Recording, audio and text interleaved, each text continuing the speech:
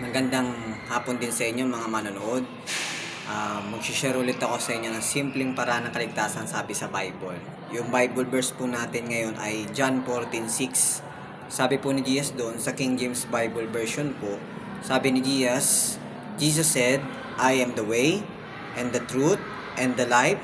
No man cometh to the Father except through me. So mga ka-viewers, mga manonood, doon sa Bible verse po na yun, si Jesus lang po ang daan, katotohanan at ang buhay.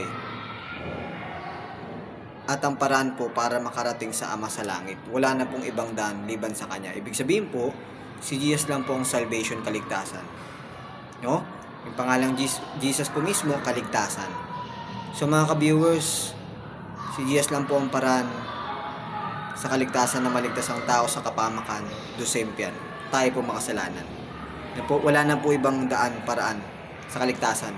Hindi po ang bait, reliyon, pagtulong sa iba, o yaman, talino, galing natin, o pagtigil sa kasalanan, no? O pagiging religyoso, ano? O kung ano pa mang mabuting gawa, no? Hindi po yun magliligtas sa atin sa impyerno, no? Kahit anong uri dyan, sapagkat lahat po tayo makasalanan. Ang tanging paraan lang po na magligtas sa atin sa impyerno, walang iba po ay ang Panginoon Hesus. Siya lang po ang paraan sa kaligtasan, wala na pong iba. Liban sa Kanya, wala na. Siya lang nag-iisa po. Ang way ng kaligtasan, sabi sa Bible. Kaya mga ka-viewers, no? Ipasok ko na ng second.